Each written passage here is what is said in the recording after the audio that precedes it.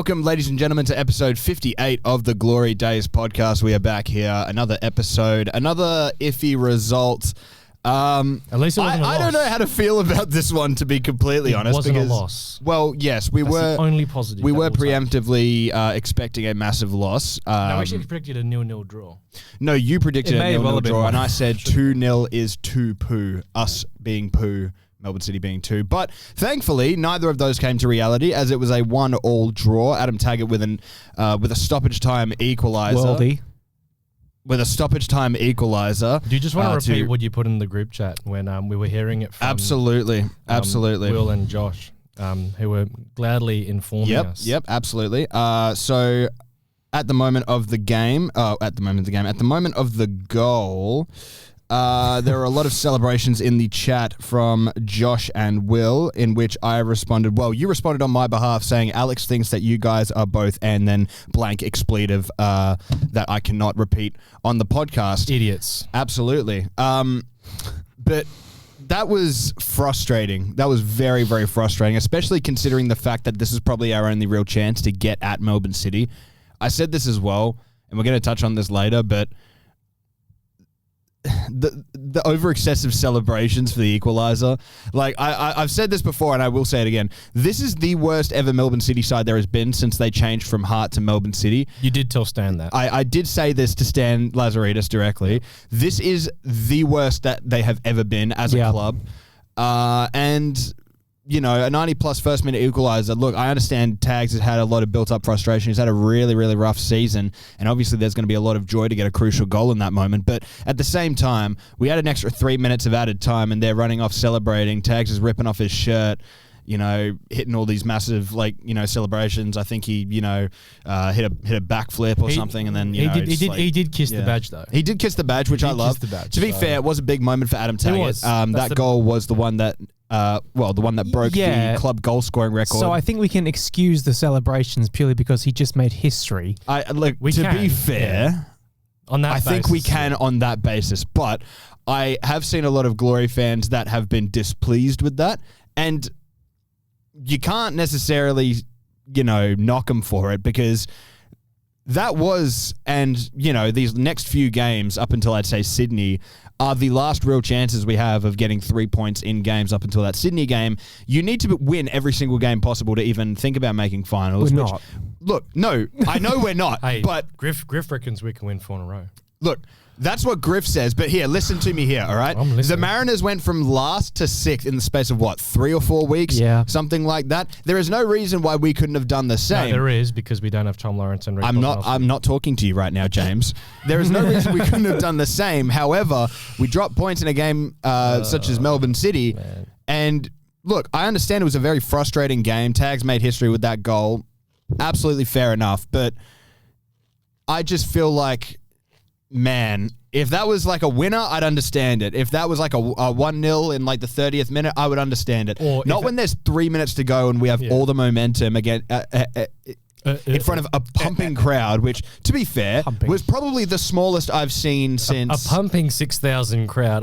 Bullshit. Not a chance that was 6,000. No, not a chance that was 6,000. They were all at the fucking Eagles game. Mate, Will's got a better chance of being on next season's edition of The Bachelor Australia than Glory had of that being a 6,000 crowd. He might just do, you know.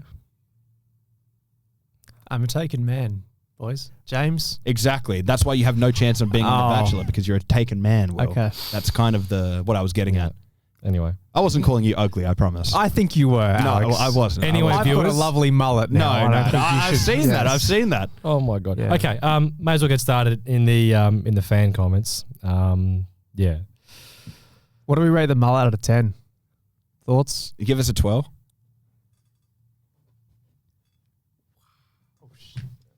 Break the set.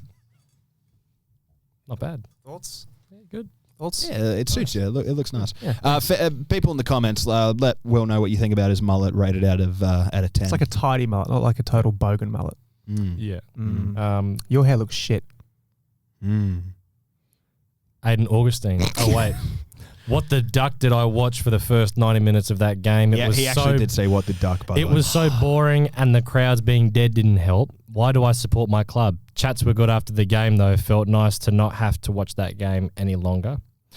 Simon, 1, congrats to Taggart on the 60th goal. 2, for some reason, we kept doing those cross passes right in front of the goal instead of taking the shot. 3, we played Shamoon 88 minutes too long. I will say, though, those crosses, man, they were getting on my nerves. Shaboom. Shaboom. No, but just in general, just repeated cross after cross after cross after cross. Like no low pullbacks across the box. And shocker, when we did pull one back low across the box, well, we pulled 2 back low across the box. One was Didalitza to Tavir, in which we nearly scored, and the other one was Kacharski to Tags, in which we did score. So it almost makes you think, yeah, but also maybe we shouldn't be crossing in the ball every time to our 5'10" striker who's in his 30s. That could be a good suggestion. It could be, yeah, but even when we were watching the warm-up, there weren't many pleasing or encouraging signs about our crossing or our ability to finish. It was a bit... Even our rondo looked sloppy, man. Rondo? Yeah, the one that the subs do. Because it's like it's that tight where it's just like one touch. And it just looked... I mean, I know it's not like proper training and it's like the subs are just having a laugh. The Chris Paul. The CP. No. As some would say. No, Chris Paul. Okay. I will say as well, right? I said this to you. You did. Specifically at the game. Hello. In regards to those like really tight, like sort of one-touch rondos, I think they're the most useless fucking drills. Most overrated, useless drills. No. But absolutely, they're not realistic. Because in what scenario are you going to be playing a 2-yard sideways pass with a player already standing right in front of you? It's just not going to happen. And we can't even hit passes to begin with. So I like the concept of rondos. Don't get me wrong. Rondos are good for warm-ups, but not like 20 minutes before a game. Like this is the thing you're doing to get your eye in. It's like, no, man. Like, give us some proper like game scenario shit, or at least spread the rondo out so they can look at getting touch, open up, pass it off. Yeah. Like, why are we doing these like little tight little drills? I don't know. It's a good question though. PGFC Enjoyer, he said. I don't think he is. Well, he's PG. He's a Perth Glory and Tottenham fan. I'm waiting for. No, mate. I'm waiting for the day that he changes his name to PGFC Unenjoyer. Mate, Jesus. Be a sad day when that happens. He said, really poor again. I don't take a point from this. I want to win, but it seems the players don't want to win. Taggart taking his top off is embarrassing. Pack it up, mate. We are 11th. Can I ask a question to Mr. Enjoyer? Yeah. You comment on basically every week when we do really appreciate it. Next week, because now we're in the international break, I think. Is that A-League's not, are they? Yeah, 2 weeks off. Okay, cool. 2 weeks off. Thank goodness. Can you give us like your thoughts on Tottenham? Like just generally, like as an Australian Tottenham, because were you a Spurs fan before? If West Ham got a point against Villa, Tottenham would be in the relegation. I watched that Forest game, by the way. I could not believe my eyes. So funny. Oh my god. Oscar Bergensen, he said, didn't watch most of the game as I was busy, but a draw doesn't help us in a small hope for finals. Would like to point out that Pennington did get a 6.7 on FOTMob, which is nice. We'll get to Pennington soon, but I have a very big bone to pick with him. Oh, really big. Okay. All things Perth Glory. City were begging us to put one past them that entire second, and it took us to extra time for us to get a lucky tap in. Matt Sutton got us the point, no one else. Glad Taggart got his goal, but brother, how was he not putting those chances away earlier? Yeah. That 1v1, man. I know. Look, I know Josh specifically has been saying, and he's not here today. 2 weeks in a row now. He's practically not even part of this pod anymore. It'll be he's practically a guest at this point. It'll be a big return when he comes back.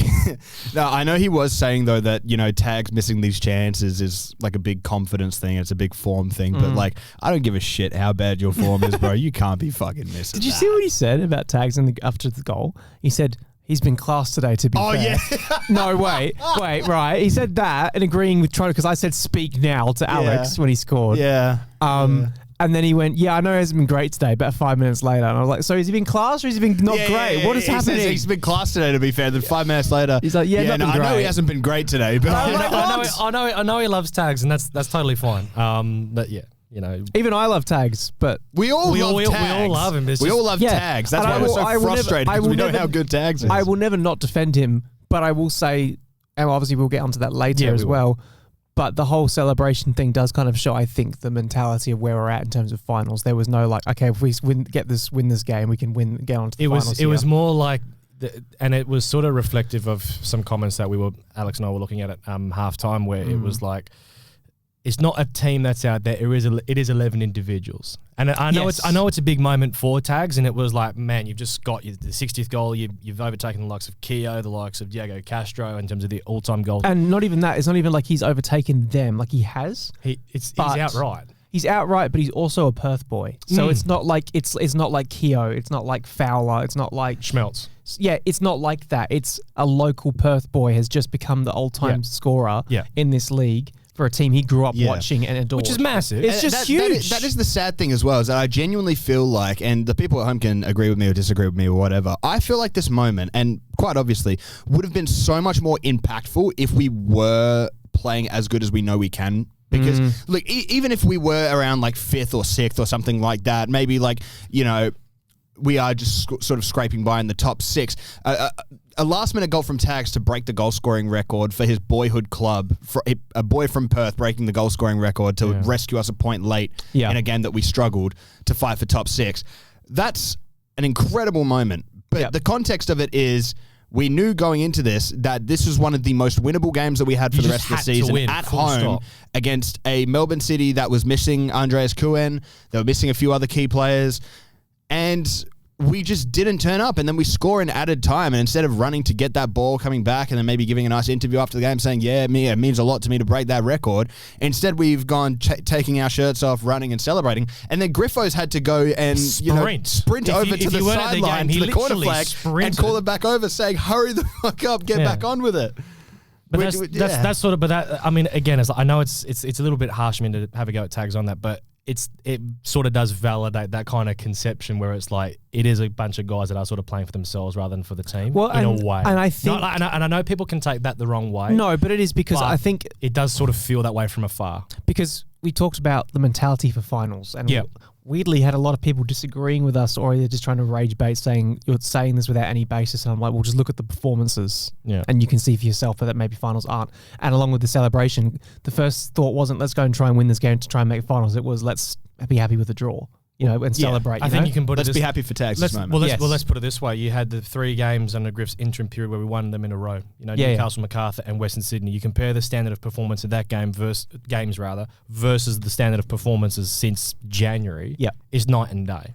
And I also think, along with what we've kind of seen and heard through various sources about the release clauses, and how low they might be.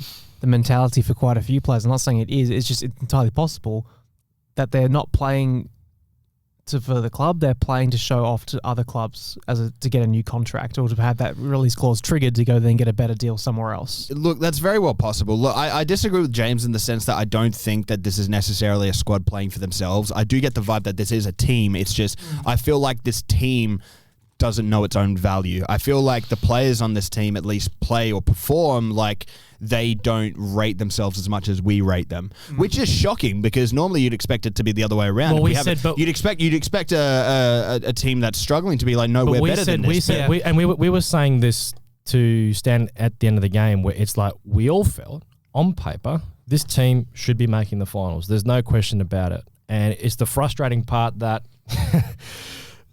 when you've got a team that the fan base believe can actually do something for once, and then when it doesn't, it's like, okay, why? Did we think it was just going to be a foregone conclusion that because we signed X, Y, and Z player that we were suddenly going to arrive in the top 6? The thing that I'm really worried about as well. The thing that I'm really worried about as well is that we made all these big changes after Dave went. Griffo came in as interim. Gave him a contract saying, you give us finals and it's yours to go with. And then from what we're hearing or from what we're seeing, there is absolutely no action to even consider a replacement for Griffo. There doesn't seem to be the public noise. Well, exactly. It doesn't seem. You've got all these clubs in and around the A-League very publicly looking for new management. Central Coast are doing it. MacArthur are doing it. Western Sydney have gone after Tale.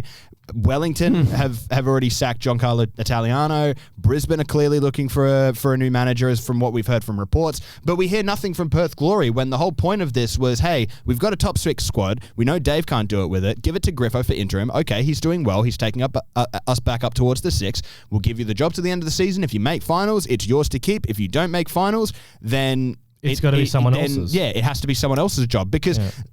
we're going to keep harping on about this point. I know the viewers at home are probably tired of it by now because we've been saying it all season. But this is a top 6 squad on paper. There is no reason why, players like Sutton, Kaltak, Wooten, the other Sutton, even Bosanovsky for the time that we had him, we don't anymore, obviously, but Lawrence, Tags, Kaczarski. If we had Amos fit as well. Absolutely. But these are players that in any other team in the league you would look at. These were players that would fit in, probably start, get good minutes for any other Big Six team in the league, yet they come to us and we're second from bottom. So it makes you wonder, what is the issue here? Because clearly, to me at least, it's a lack of ambition. It has to be a lack of ambition because if Griff does end up keeping the job past this season, what kind of message does that send to not only the players but to the fans as well? And you're admitting that your own markers that we set publicly, either we didn't want to follow through with them or we didn't really believe in them. Yeah, but it's not even the footballing aspect. It's the back of room staff. Ross saying you won't recognise the club in 12 months. Stan saying if we're like this next year, I won't be here. That was a year ago. We're still there now. You look at all 2 these. 2 years ago. 2 years, yeah. Vince Grella saying, when my name's attached to the club, I don't want us being near the bottom. We finished bottom last season. We're possibly going to finish bottom again if the Wanderers start picking up points, which they probably will with Gary because they've got Ryan Fraser. Yeah. So I don't think Van Egmon's just the last point as well. There is no, and I've said this before, there is no underlying number that says we're unlucky and we should be performing better than what we are. You look at the Mariners; they are overperforming everything, and they deserve to be where they are. I would argue that if you look at even some of our performances that we've drawn or won, you'd argue that we should have lost. Like that, the MacArthur game, the 2-2. Yeah, we should have lost that. Absolutely, 100%. We've not looked better than the opposition for most of our games this season, and it's like we all thought when Griff was given the job, the only two I can think of is Melbourne City and Central Coast. Yeah. That Brisbane game as well, we drew 1-1. Brisbane should have won that. That's the sample size of 20 games. That's a long time to judge a head coach. Yeah, and I think what's clear within the fan base is that I don't think anyone's really prepared to say, yep, give him another go. Yeah. Like we've all got that. I know a lot of fans as well are going to hit 20 games and think that it's not that much, but I also think that it's because Australian fans, at least Australian soccer fans, are so accustomed to how European football works and the way that works. 20 games in European football is not really that much. That's about less than half a season in the Premier League. That is a third of the season in the Championship, League 1 or League 2. You see clubs in the A-League that is 4/5 of your league season. Yeah. That's 4/5 of your league season that we've now been under Griff or, Griff at least working very closely with the squad when Driller was on the out. Yeah. We should have seen something by now that says, yes, this is the guy to take us forward. What we've seen is that we were good for the start, teams figured us out, and then now we're shit. We started off being really good defensively. Now teams have figured us out. They know how to break us down, and now we're shit again. 6 wins, 4 draws, 10 losses, 30% win rate. I think it would be really negligent for us as a football club to just give it to him by default because he's the de facto head coach. Which is why we'll do it. Yeah. Look, compared to Zrilla, I'm not saying he's worse than Zrilla. He's a lot better than Zrilla, and he's getting a lot more out of the squad than Zrilla is. But I completely agree with you. I wanted to make this point. Just because he's better than Zrilla doesn't mean that he should get the job. Just because, all right? That shouldn't be how it works. Like if my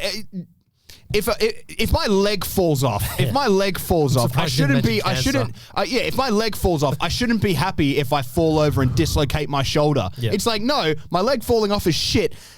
And my shoulder being dislocated is still shit. Yeah. What's the point of getting happy about a dislocated shoulder? There's no point in doing it. Now, Alex, speaking of you, Ewan Gray mentioned you by name in a comment. Yes. Okay. He said, all in all, a bad night. It seems every player, bar a few, have lost all confidence, just missing passes and making silly errors. Saw LEG in the members' lounge post-game, so overall, not a good night. That's the only comment I read. Ewan, I hope you know that if on the off chance you do somehow get minutes for Canning City's under 18s, which you probably won't because you stink, but if on the off chance you do, I'm going to hound you on Twitter, bro. I hope you know that. I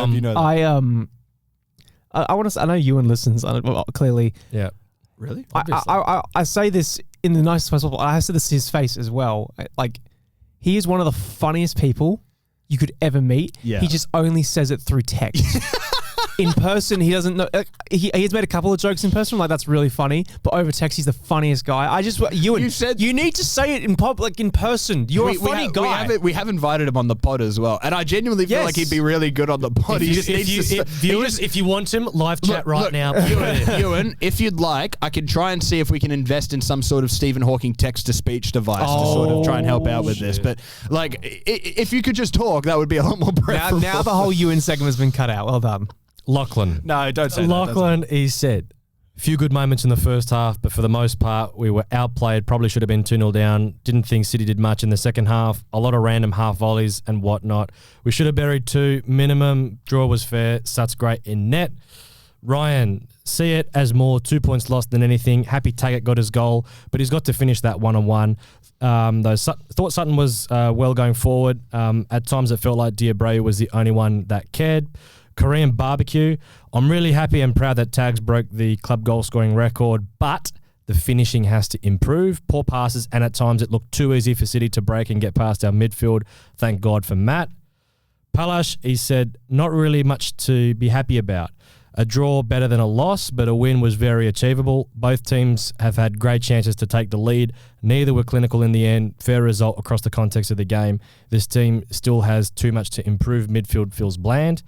James Merrin, same old really. Nothing really jumps out from that game that would make a fan want to come back. Rather sad to see how far this club has fallen. Can't win them all, but it's the way that we play. HBF used to be a fortress. Now it's for anyone to grab points. Sad times. And Pockle. First time I wasn't upset that I had to miss a game. Pennington had a 6.7 on FOTMob. Wonderful. Thanks, Pockle. Sounds really good. He commented. I got a notification 5 minutes ago, 5 minutes before the start of recording, saying he commented on my TikTok, and I'm scared to look at it. Go on. All right, this is live. I'm going to be reacting to whatever. I don't even know what he commented on. To be fair, I think it was because I posted the Arzani goal from yesterday. Yes, it was in response to the Arzani goal, and he said, and I quote, "Fucking hell, we're a shit club." Yeah, cheers, Pock. Yeah, and then lastly from Lawrence, he said, first 15 minutes very promising until it wasn't. Thought Tavia had a solid cameo. Unlucky not to bury that chance. Stagic Tags would have buried that 1-on-1. Could have had a finals charge for a win similar against Auckland if he scored. Despo shouldn't play next game. He was poor. Yeah. I thought he was all right in the first half. It's just the second half he teed it off a lot, which is, disappointing. But I thought he looked a lot better than he normally does. He did. Why was that, Alex? Position. Yeah. Huh? Why was that? Why did he look better? Oh, maybe because he's a natural 10 and we were playing him as a natural 10 instead of off the wing. Griff. When he has no pace. Fucking hell. He has 45 pace on his FIFA card, bro. What was Griff doing? Griff, load up career mode, brother. You might get some ideas. Please. So, let's get I just signed Nuno Mendes my career mode for Everton. Fair enough. Thanks for the input, Will. Appreciate it. Sleeper build. Shut up and stream, bro. Shut up. I can't believe you cut out that thing last week. But they don't have no idea what we're talking about. Oh man, yeah. This is my frustration: is that the viewers at home don't know. James cuts out some generational clips, like some of the stuff he has to cut out. They're not football related. Yeah, so but because I'll just ask something. When really have we ever been a serious podcast, bro? Well, because I think James gets told that we talk too much. Yeah. Who cares? It's a podcast. That's kind of the whole fucking point, is that we talk. I just asked if James had a sleeper build. That's it. And he cut off, and then we had like a 5-minute talk about it. You had a 5-minute existential crisis of people thinking that you were of worrying that people would think you're gay because you were wondering whether or not James had a sleeper build. Well, it's just a question. Yeah, I know, but then you yourself out loud said, "Wait, do you reckon people will think? Do you reckon the viewers will think I'm gay?" Yeah, but no, because I thought that part was going to be cut out, and James is going to cut this out too. I know. Sure. Oh yeah, probably, and that's fine. And he will, and that's okay. That's okay. Anyway, 3, 2, 1. Oh well, unhinged glory days is back. So speaking of which, can we get some initial thoughts on the game? Starting with Will. Oh, what did you think of the game, Will? I thought it was poo.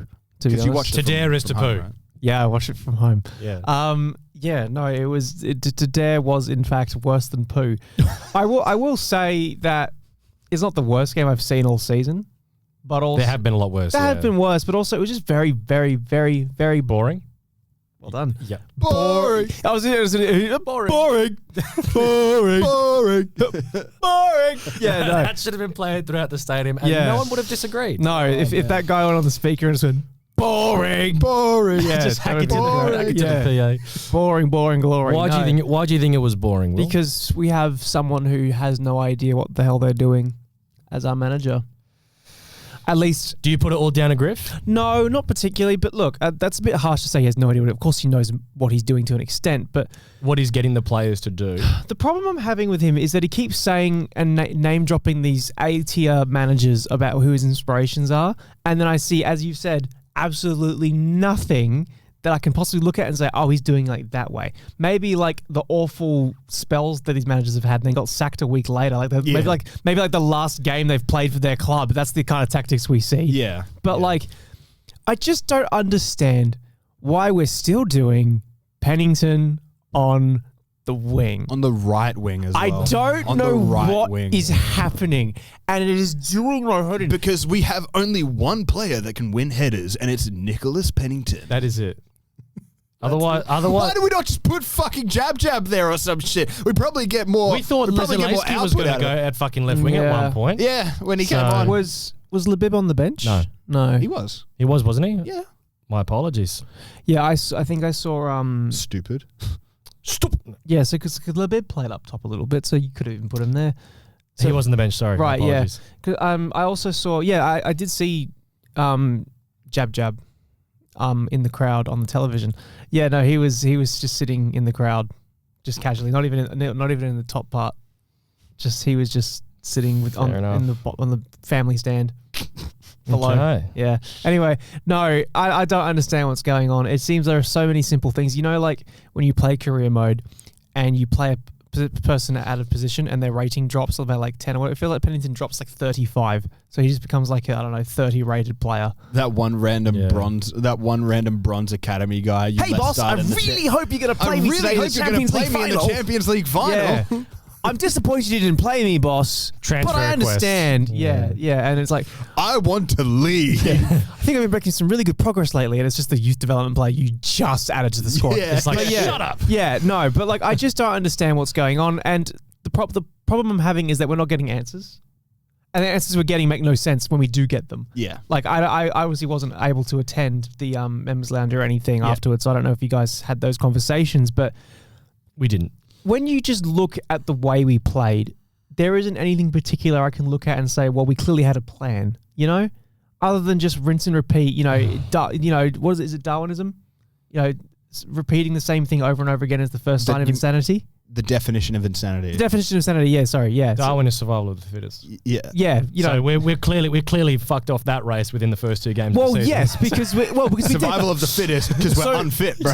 Oh no, not this again. Underdone. So the first 3 things we did, the first 3 games where we had those back-to-back wins was the same tactics. Then people figured us out. And then we're still repeating it thinking, don't worry guys, even without our main playmaker, it's going to work. Yeah. Just you wait. No. No. So it was just kind of a bit poo. And I've ordered the David Zurich marks, so they'll be here soon, hopefully. To dare is to poo. So next, you'll know. I won't tell you when the masks arrive. You'll just wear it. But you'll know. There'll be signs. There will be signs. I've seen signs. Yeah. James, you didn't tell me we had Zurich on the pod today. That's great. Hey guys, it's me. I've seen signs. I've seen signs. We need to be fit. Right, come on. Moving on. No. Yes. I just wanted to expand on your the style of play point because here's a stupid question. What is our style of play? I don't know.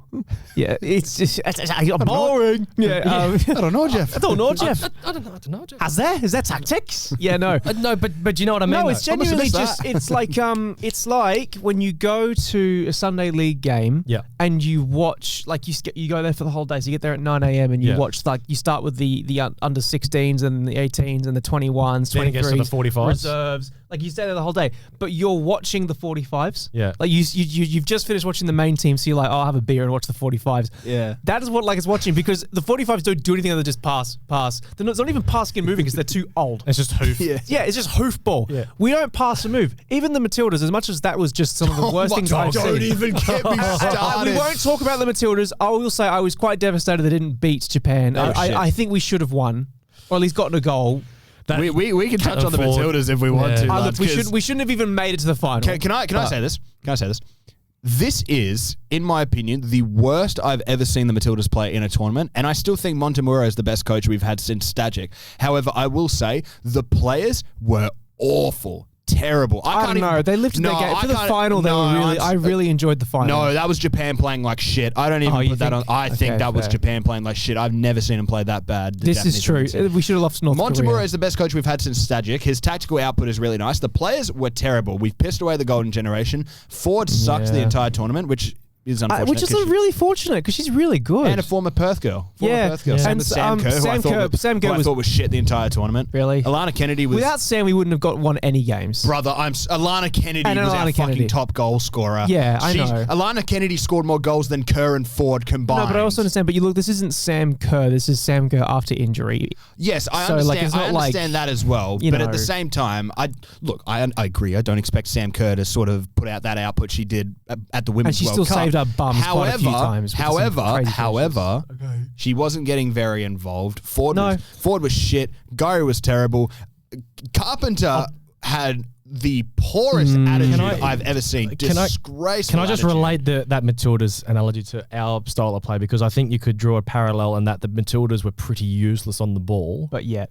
And then you look at our players and they're pretty useless on the ball as well. But is that... But we know that Montemurro wants to play possession football, and he's actually had success in doing it. But we don't know if Griff can actually implement that. Griff said he wants to play a possession style of game. Why are we saying he wants to play a possession style of game. I don't understand. But what I don't get is that he wants to play a possession style of game, but majority of the possession that we have, when we do have it, is giving the ball to the players that can't keep possession. Instead of giving it to Sutton, we're giving it to Shamoon. Instead of giving it... You know what it's like? Go on. Really quick, just on the Matildas as well, sorry. Sure. My standout poor performer, just from what I watched, can't lie, Mary Fowler was... Stinker. I know she's been played out of position a couple of times, but she just... this is... I really like Mary Fowler. Invisible. But she wasn't great. Anyway, fair. I'm very sad for the Tillies, and I think this is probably it for them and Sam Kerr and a lot of their... We won't win anything for the next 20 years. Not unless Mary and some of the younger girls can pop up. Golden generation's gone. Every other country is getting better. North Korea is getting better. South Korea, Japan China. They're all getting so much better. Our women's team is in the pisser. It is terrible. Yeah. I wouldn't be surprised, and this is a big call. I wouldn't be surprised if we get grouped at the next World Cup. Oof. I really wouldn't be surprised. Oh, that'd be... With how the players were playing, I really wouldn't be surprised. Yeah. Shit. Anyway, I will say that the one thing the Tillies do that we don't is pass and move. At least they'd pass the ball, make a run. We just pass the ball and stand still. So that really upsets me that we can't even do the basics. What we do, and I've just thought of this, and Alex will really appreciate this, because we're recording this after the final in the Carabao.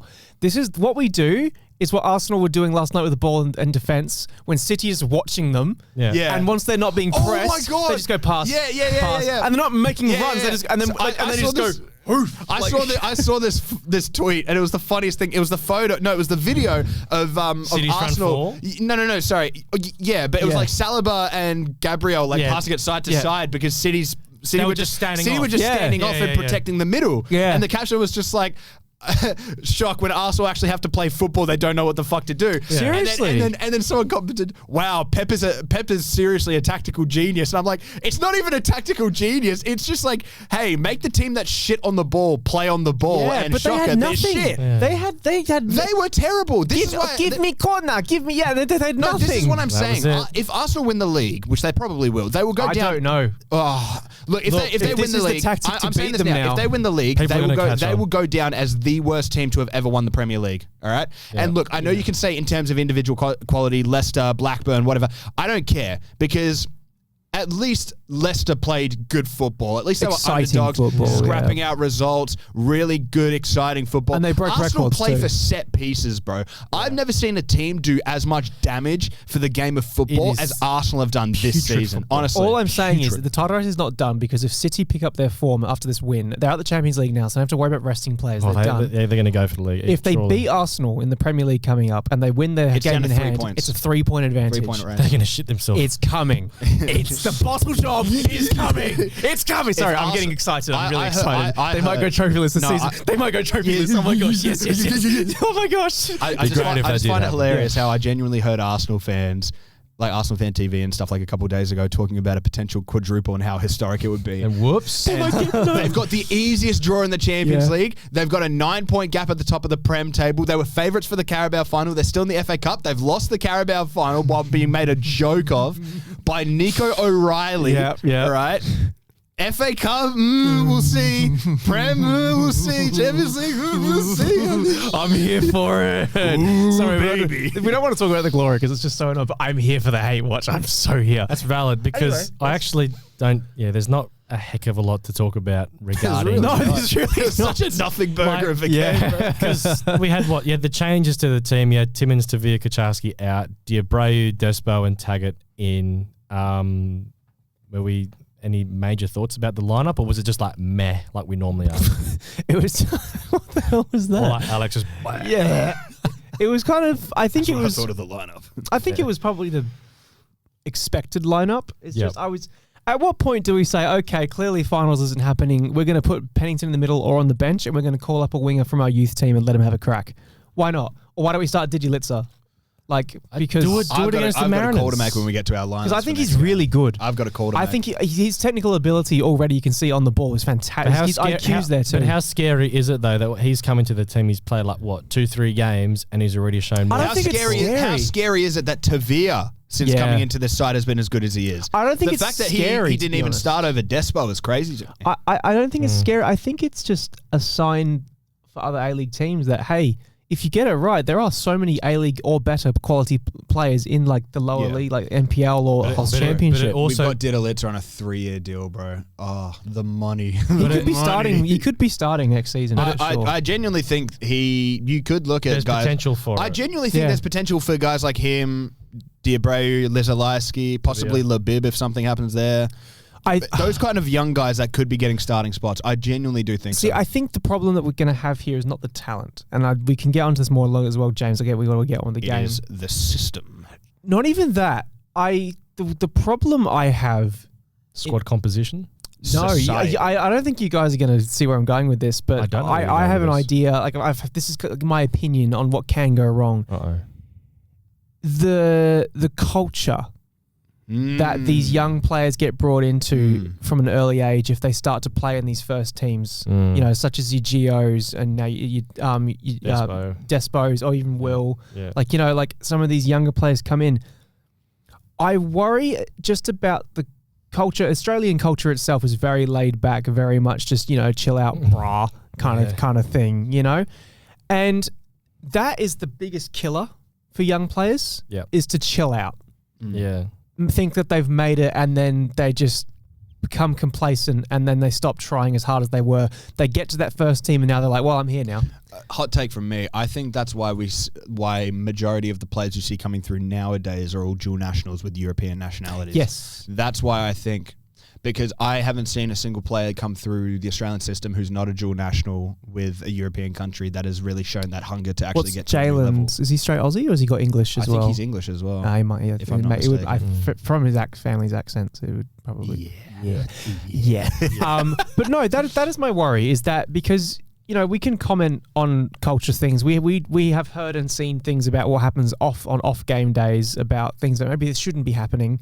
There are a lot of things that we could mention that we can't mention because we don't want to upset people, and that's the annoying thing. It's private information. It's very public. Oh, it is very public. It's there for everyone to see. It is very public. But look, let's just say that if you're at the right place in the right time, you're going to see some things about this club and players at this club that's not going to exactly thrill you as a fan. It isn't illegal, by the way. It's not illegal. Just it's not illegal, but I don't want to upset people by saying it. But it's just things that you'd see in Europe be completely abolished and fined and even benched or put on the reserves if you were to do that, especially as a young player too. Yeah, like that's just not okay. And that's my worry, is that the young players that come in have all the talent in the world. Because don't get me wrong, we have so many talented youngsters. Because our footballing program, especially in WA, is great. Our sport programs, whether it's AFL, for how shit Football West is at actually promoting youth talents, we have a lot, and that's because I think about immigration too. We have so many families that are a part of WA culture and Australian culture now that have come from all across the world who are all into football. They all have their own ideas of how it should be played. So I don't think the problem is the talent. I think it's once they've gotten to that peak of, right, okay, now we're playing in the A-League or in the Oz Championship, it's the culture. and how it can go from I've worked my ass off to get here, and now I'm a part of a team that thinks, well, we're A-League players, mate. You know, come on, have a seat. And I think I'm not saying all players like that, but there's certainly a group of players in the A-League who are like, they are the A-League journeyman. Yeah, they have no aspiration Yeah. to go anywhere else. Yeah. They want to play in Australia and no one else, and they're happy just to do whatever they want to do on their off time and not push themselves to 100%. And when you incorporate those kinds of players, like the youngsters, into that, it can really rub off on them. And that's kind of my worry. I've got some names in my head about, I don't want to specify. No, I know who you're talking about, though. That's just my concern. And I think that's kind of what maybe we can look at that as a new angle, as maybe it's not the fact that these players aren't talented in the lower leagues and we've got to bring them in. It's the fact that the cultures they get brought into are not suited for them. Or more to the point, you could bring in any player from the A-League into our squad and they won't perform But it's to not the same necessarily just level our as- squad, Will's saying. It's that Australian football culture in general, outside of these real hard-ass migrant communities, is way too laid back. But to scale it and specify it for our scenario, because we've been a perennial underperformer, and this season was the season where most people would have gone, well, if it's a season where you're going to go bang, it's this one. Yeah, has to be. Instead, this one just went boom and exploded right in front of our face for Look, whatever reason. I will say there's a reason why when you get to the top of the game, you can see someone like Erling Haaland. Or, for example, Gianluigi Buffon, perfect example, used to be a heavy smoker back in his day, but he's the greatest goalkeeper that's ever played the game. I give you Szczesny. Castro was a smoker. He was a smoker as well, Szczesny. I know what I'm saying, but he's still very good even though But when you get to the top of the level, no one gives a shit what you do in your spare time, because course. you've worked your way up to that level. No one's ever going to touch you. No one's ever going to say, hey, you should be doing this. You can just say, well, fuck you, I'm the best in the world. Jamie Vardy down 2 Red Bulls for a game, Exactly. and he has the Premier League goal scoring record. Jamie Vardy, most goals in a row in Premier League history, one of the greatest journeyman sort of non-league to one of the greatest English stories time. ever. Exactly. Yeah. No one's gonna knock him for. I dare you. See what happens? Yeah, no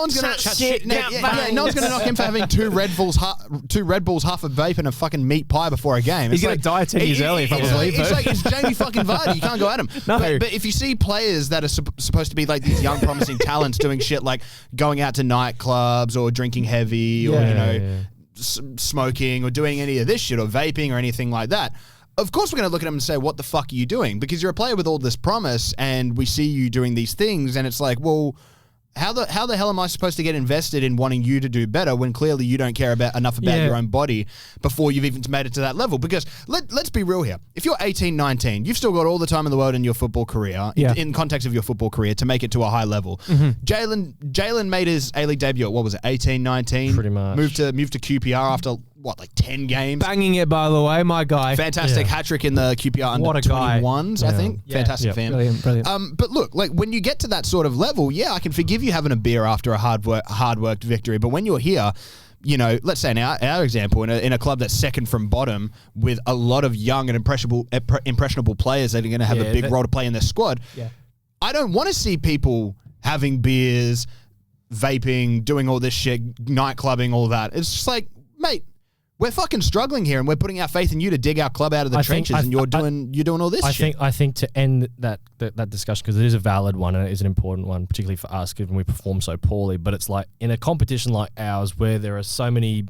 Well, just how tight this season has been, and every marginal gain that you can get, every matters. detail that you could have. Like I did say this to Stan. I was like, well, how are Central Coast in the top 6 and we're not? How are Adelaide in the top 6 and we're not? How are Newcastle, that most people thought was going to finish towards the bottom, how are they in the top 6 and we're not?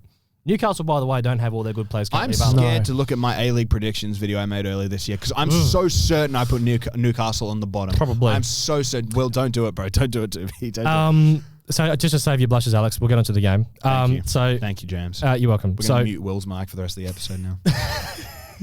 So we did have a bright start. We were a little surprised that we somehow made it into Melbourne City's half that quickly after 15 seconds, and Collar had the shot that somehow went on target, and we were like, how have we done this all in 15 seconds? Is this a sign of things to come? Not quite. It was, thanks, Will. It was a game that kind of ebbed and flowed. And obviously the conditions were pretty shite. Let's just put it that way. It was warm. 30 degrees very at kickoff or something. So not ideal for either sets of players, but I thought City were more likely to cause a bit of chaos, mostly because of Marcus Eunice. Every time that guy got on the ball. It was like panic stations. That was my first time seeing him in person. I got to say, I was not disappointed. I was not disappointed by what I saw. And I think he might have. Have you found it? Mm-hmm. Where did I put him? Well, they're 7th, so it's not awful. I put them at 7th? Yeah, we put the Wanderers in the top 6. Well, you want to know something? Yes. I actually watched that video this morning. I know exactly where I put everyone, so thanks for the view, Will. Anyways, you can continue. Anyway, Rashani had a chance. I'm disliking it. No, don't do it, Will. Rashani had a chance 3 minutes in. Yep. Ramani had a chance about 10 minutes or so later, which forced a good save from Matt Sutton. And Christos, I hope you're watching because Matt Sutton had a great game. He's gone quiet now. He has gone a little quiet. But then TikTok, Christos. But then Arzani's goal, that was pretty bad because if I recall correctly, that came from Shamoon losing the ball in City's half. They then transition, ball gets out to Yunus. He then he then takes on. What the fuck is that? He then takes so undeserved. Well, I'm talking shit. My whole thing is just making James forget what he's talking about, and I get the whole point of the podcast is to not do that. But I'm sorry. We're never getting jobs. I got to get used to this. For my future. James is too respectful. I can see there's a vein. I don't know if you can see, Will, but there's a vein popping on the side of his head there, bro. That's a fast as a nut. Stupid fat hobby. So for that, hello, James. That goal from Arzani, I'm gonna do my best to stay focused, here, viewers. That goal from Arzani, holy shit, our defending was fucking comedy. So the cross in from Yunus, I don't know, it was a bit of pinball action. Ball then gets to Arzani. He skids past Caltac and then slots it home.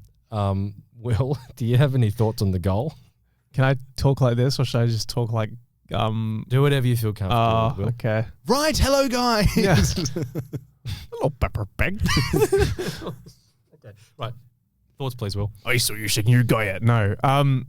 It was just a kind of a goal out of nothing. It was a really good finish. Don't get me wrong. Yeah. Like he tucked it in the bottom corner very nicely. Nothing the goalkeeper could do.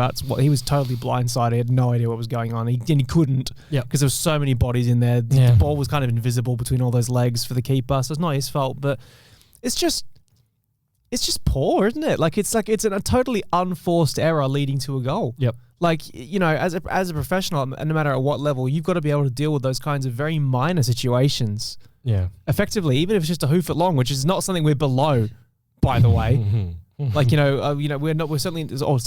not above that. Yeah. We might just be below it at this point. Yeah, fair. No, but clearly hoofballs is something we love to do. So why not just, you know what I mean? It's the history of the Perth Glory. And why do so many players come here?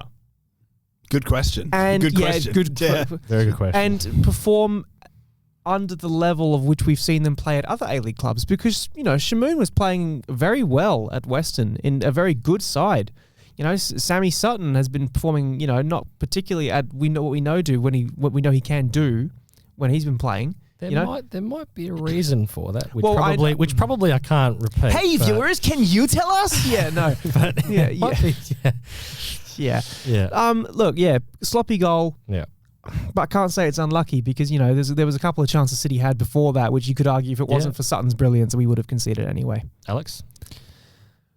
That was really, really poor defending. Just look, I understand Yunus is a good 1v1 dribbler, and you expect be nice to have a player like that. But the fact that we left so much unmarked space in that area is really, really disappointing. Yeah. And look, Will said as well, we're not above kicking the piss out of the ball to get it out of our area, but the fact that we are turning over the ball that easily in those kinds of scenarios is just absolutely ridiculous. And to be fair to Melbourne City, I think they should have had more. I'm very surprised that they weren't able to convert more. Caputo, who's normally really solid in front of goal, shitting had a There goal is game. to Caputo. You ding ding ding. Soldier boy. I'm gonna break your back. Anyways, whoa. I was very, very surprised that Melbourne City didn't make more of sort of Marcus Eunice out of his side because we really weren't dealing with them well enough. Fuck no. Sutton was getting caught out of position a lot in terms Where of was our having to midfield for most of the game? Well, look, I don't want to say anything to discredit Will and Gio because, quite frankly, they were just getting pulled They haven't been apart. bad. I said this during the game. It is not the players; it is the system, especially when it comes to the midfield. Look, we can look at other areas of the pitch, especially the forward line, and some people, strikers, and say, okay, well, clearly, why'd you look at me when you said that? Clearly, they're not on form. But with the midfielders, I can't look at a single midfielder that we've had and said, yeah, you're shit. Like, the system that we have is just so bad. It's like, why are you expecting these midfielders to try and create the plays, cover 80% of the park, win all their tackles, play the ball out with no passing options? It's just like, what are you expecting here? Yeah. Do you need Jesus Christ himself to come down from the heavens and run the fucking six for your team? It's like, it's not going to happen, mate. Because if there is a God, it does not exist at Perth Glory Football Club. But he played in our midfield for 4 months and then he left Heracles for 450,000. I can't even buy a house in Mandurah with that fucking money. Or Armidale. Or That's the worst part. I couldn't even buy a fucking garden shed in Gosnells with the fucking Bosanovsky money. Kalgoorlie or Geraldton would be lucky. But they just, I can build a park bench. Can you? No. No way. The cost of fuel to transport the wood is too no much. chance. Despo should have equalised 30th minute. Yes. So good bit of work. Good bit of work from Diabreu and Tags. You know what? But yeah, at the moment when the game was going on, I was fuming. I was like, why didn't Jesus shoot that? Watching it back, quality slip pass, quality spot to find Seb onside there. Really poor finish, unfortunately. Straight down the middle. He plays NPL. He buries that. That was his bread and butter. Yep. Seen him finish that multiple times, and it's not like he's playing against a world class keeper either. It's like. I mean, Patrick Beach is probably... He's good, but he's not like he's playing against Manuel Neuer there. In the A-League, though. He is the best in the A-League. And where would you say that ranks in terms of in the world? No, I mean in say the last season's goalkeepers. Would he be better than anything we had last season too? Would you say?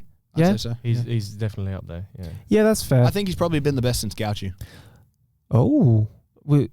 In terms of A-League keepers. Fair. I mean, you can argue Smits, I'd say, maybe, from Adelaide. I know. I was going to say more Beach. I think I'd still lean to Beach, but that's the only argument. No, that's fair. All I'm trying to say is that it doesn't really matter who the goalie is. That kind of position to score is it doesn't really matter who's in net. You should still have a better attempt on net than that. But we never, literally in our games beforehand, we've rarely, if ever, found an attacker in that position where they even had the chance. So they just kind of look to shoot. This is true. So when they get in that position, they're like, it's like, what the fuck am I doing here? How did I get here? Have you ever received a pass to the 6-yard box with your life on the line?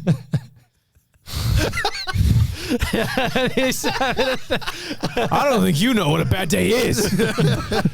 We're all one bad day away. We've had several bad days. I think James could probably play Heath Ledger's Joker at this point from the amount of mental distress we've been through. Do you want to know how I got these scars? We live in a society. Shut up. Adam Griffiths is an acceptable football coach. I've got to get on with the fucking pod, No, boys. you don't, bro. We got another hour. What are we going to talk about? Caputo missing chances. Capo. Yes. Yeah. Today is to Capu. Yeah. So, yeah. I did mention this too, Alex, that I felt that his finishing in the warm-up was pretty ass. Yeah, it was not great. You're right there, Will. He's taking a moment. I was composing because crack. Okay. Yeah. Right. What? Crack? What? Yeah, finishing. Okay. But, yeah. Yeah, so... Yeah.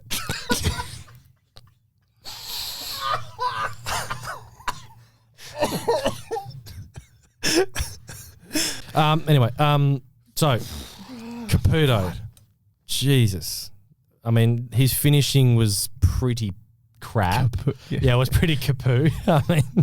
I mean, fair play to Matt Sutton. So again, Christos, hopefully you were watching the game. Probably not. Probably not. But yeah, there was that. Even your real name. Because there was that moment where Eunice, I think, headed the ball over and played Caputo in, had that 1-on-1 and then skewed it. Yes, that was a really good Probably chance. should have scored from there. Then he had the header in the second half that he probably should have scored from. I pray Eunice leaves his fucking club in Sweden, man, because he's so good. If they're not going to play him, it's a joke. Stan, I reckon you should sign him. You know what? I actually reckon that Stan should get us a good fucking coach as well. Like while he's at it, I don't mean to be picky, but can't be asking for too many good. I don't want to things ask for too many things, but maybe a good fucking coach and a good fucking striker and a fucking good winger. And so the subs came on and they made a difference. Cam, who doesn't have his fucking leg falling off. I'll get there. The subs came on and they made a bit of a difference, bit of energy. So yeah, Taggart had a chance that he missed in the 79th minute. Good, good cross from Sam Sutton. So missed that one. Like him. Yeah. I mean, it was unlucky, but then about a few minutes later when he got the ball off Herman Ferreira and was running through. Did you say that Tag's chance was unlucky? With the header? Oh, not with the header, bro. I thought I'm getting there. I'm getting there. Okay. Sorry. Listen. Sorry. He got the ball. He ran straight in front of the shed. This was the moment to break the duck and to get the 60th goal to make him the all-time leading goal scorer in the A-League men. And he's fucking placed it straight at Patrick Beach. Yeah. And I immediately thought, I hope that Will and Josh were watching. Have you seen Have you seen the TGF clip? Bro, I don't know what the fuck to do. I don't know what to do. Yeah. I think the whole stadium was like, surely this is his moment. He's bloody missed it. What a brat. It's his bloody pink boots. Or you could have done the other one. Oh, you just knew that one was going to happen. Oh, what a bloody surprise. Yeah. But yeah, so any thoughts on that, Will? It's like a field full of cows and they're all on laxatives. It is full of shit. It's a cow farm. Gonna find cows outside. Shout out Barnyard. Go to movie. It's cow farm. It's cow farm. Gotta find cows outside. Yeah. Dinosaur Train. What a great movie that was, by the It was way. a fucking cartoon, you dick. What? Dinosaur Train. No. Oh, I thought you were talking about No, I'm talking about Barnyard. Oh, Barnyard. Oh, yeah, fair play. Yeah, that's what I'm What are you talking about? Dinosaur Train? What are you on about? I know Dinosaur Train. Yeah, I know that is. Yeah. Yeah. No, anyway, Will. Anyway, James, you're crying. What's up? Because I've got a lot of editing to do. Oh, come off. It's not. Yeah. You have to edit out the one joke you made, but Yeah. I will say the last touch he took before he struck the ball was very poor, which I think It was the defender's fault for knocking him off. Wasn't Taggart's fault for missing. It was the defender's fault. The defender did what, sorry? I was about to elaborate. Anyway. There was no defender there. There was the defender was doing what? Is Knocking what? him off, you say. All right, Jones has a lot of editing. Okay, No. You keep going. Okay. No. James and I have career prospects.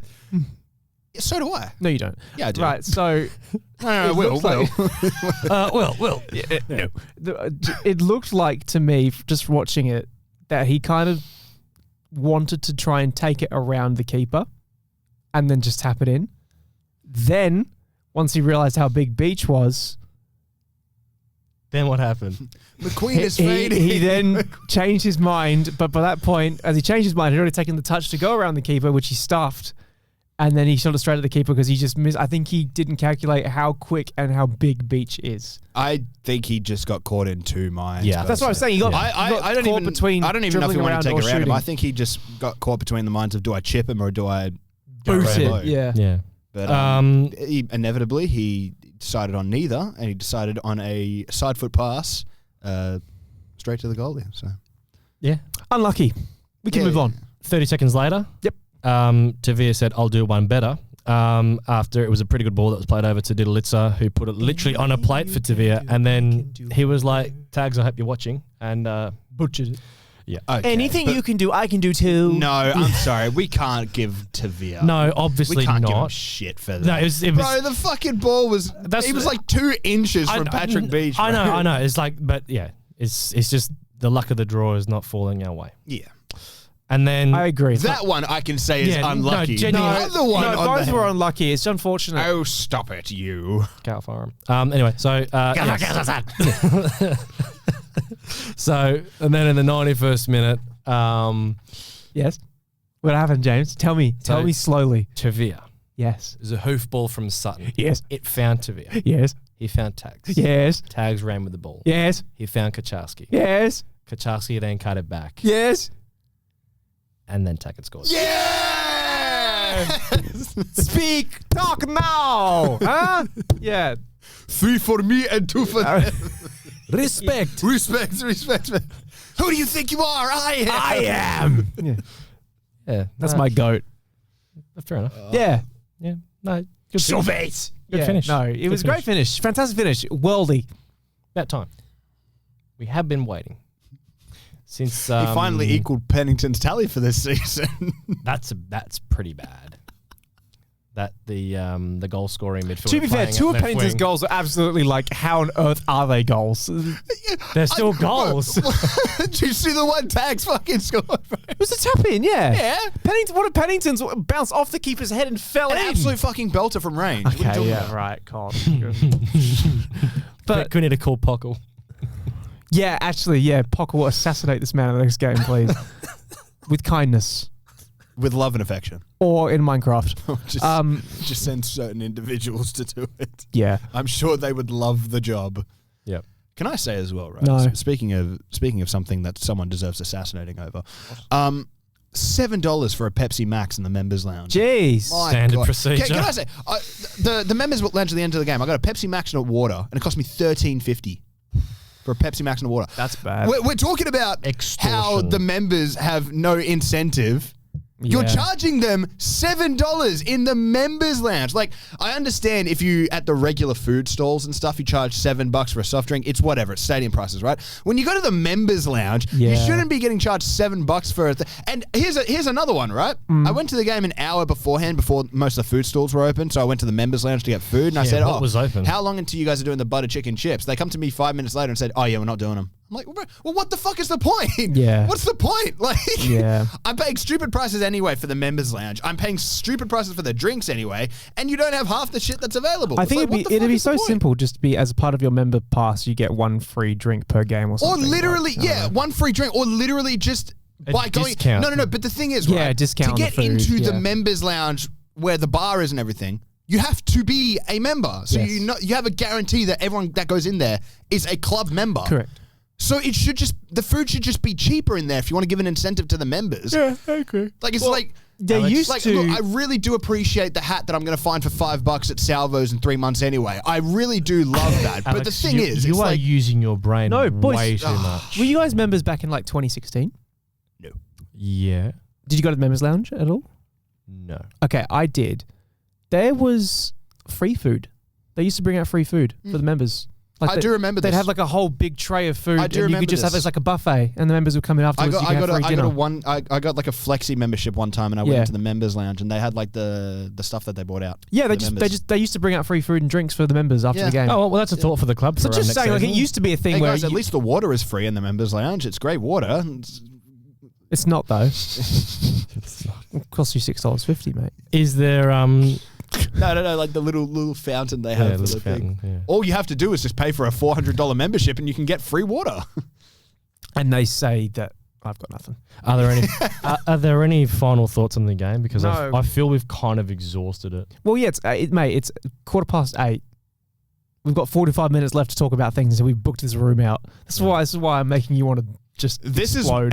This is why people should contact your local business and get them to sponsor the Glory Days podcast, please. We need money for studio hire. That would be it's not fantastic. cheap. I can't lie. Fucking in a cost of living crisis anyway. We pay a lot of money every week to talk about this ass. I mean, look, we've still got things to talk about. We've got to go through the player ratings. We've got to do the preview. We've got Should we to set up a Patreon? We probably should. Actually, we probably should. I just think from this game as a final takeaway, next season, I want a reason to go back to the games from us playing a good brand of football. We've got 5 games to give James a reason to go back. No, The forget new slogan, no. one is glory. I'm done. I'm done with this season because it's already a write-off. Next season, like I'm hoping that, and this is probably me being way too optimistic and delusional, as per standard procedure, we get a good coach, we get some good players, and we can try and play some good football. Yeah. And then it's like we might actually think we're going somewhere rather than whatever the fuck we're watching now, which is just hoofball.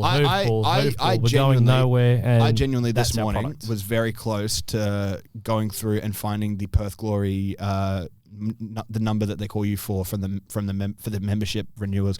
I was very close to blocking that number because I was worried that when I do get inevitably called and asked to renew my membership, that I was going to say some very nasty things to people that may not necessarily deserve them. But what kind of incentive could you even possibly consider offering me or any other member when we've gotten, what is it now, 4 spoons in 5 seasons or 3 spoons in 4 seasons? Something like that. We're going for the 3-peat of the Bulls and the Lakers. Yeah. Like, this is awful. Genuinely awful. Because I think with the question with the ownership, because we did touch on it last week, are we still in a rebuild or is this the product after 2 years? I would rather be a Sheffield Wednesday fan right now. Really? Yeah. Why? Because I know that things can't get worse. It can. It can. Yeah. And it somehow always does at this club as well. So, I mean, Do you know what I mean though? About like how we have to be asking this question. I have to wonder about, because obviously us 3 as fans, Josh included, to make it 4, just isn't here. Are obviously passionate enough about the club to make a podcast and talk about them and pay money to do so, right? Yes. So clearly we care, right? Yeah. And I'd argue we're probably up there in terms of like percentiles of people who care the most. I'd say we're in the top 3-4% of people. You know, you could argue those are people are above us who travel the games, Easily. the shed, yeah. those kinds of people, right? For sure. But we care a lot. I'm worried because as much as we are really up there in terms of how much we care, I'm beginning to stop. I'm falling in that same boat. To be honest, Genuinely will not want to go to games unless the tickets are free and it's not going to cost me anything, or like it's going to be some really cool promo they're doing and it's going to be a fun vibe besides the football. Like I'm finding because it takes a lot of time out of your day, you know, like it's not like it's a quick trip down. It takes about, there's a 3-hour, what time did you go round home? trip. I had to get down on public transport, so I had to leave. What time was the kickoff? 4 o'clock. So I left a little bit after. I left home at 2 o'clock because I had to catch a replacement train and then a replacement bus service. So I had to catch 3 different modes of transport because the Eagles were playing at the same time and nothing was running to Claysbrook. I don't even normally go to Claysbrook. I normally go to East Perth. Yeah. I had to go to Claysbrook and had to catch replacement services to even get to Claysbrook. Yeah. And even then, my public transport was packed with Eagles fans, who, by the way, celebrated a huge win against the Kangaroos. North Melbourne Well done to Kangaroos. them. First win in over 300 days, and it feels like we've got something similar cooking over here. Unfortunately, I don't think that we're going to break that drought. In fact, I'm worried that we're even going to exceed it at some point. But the thing is like, it took me about an hour and 15 to even get to Claysbrook Station for that game.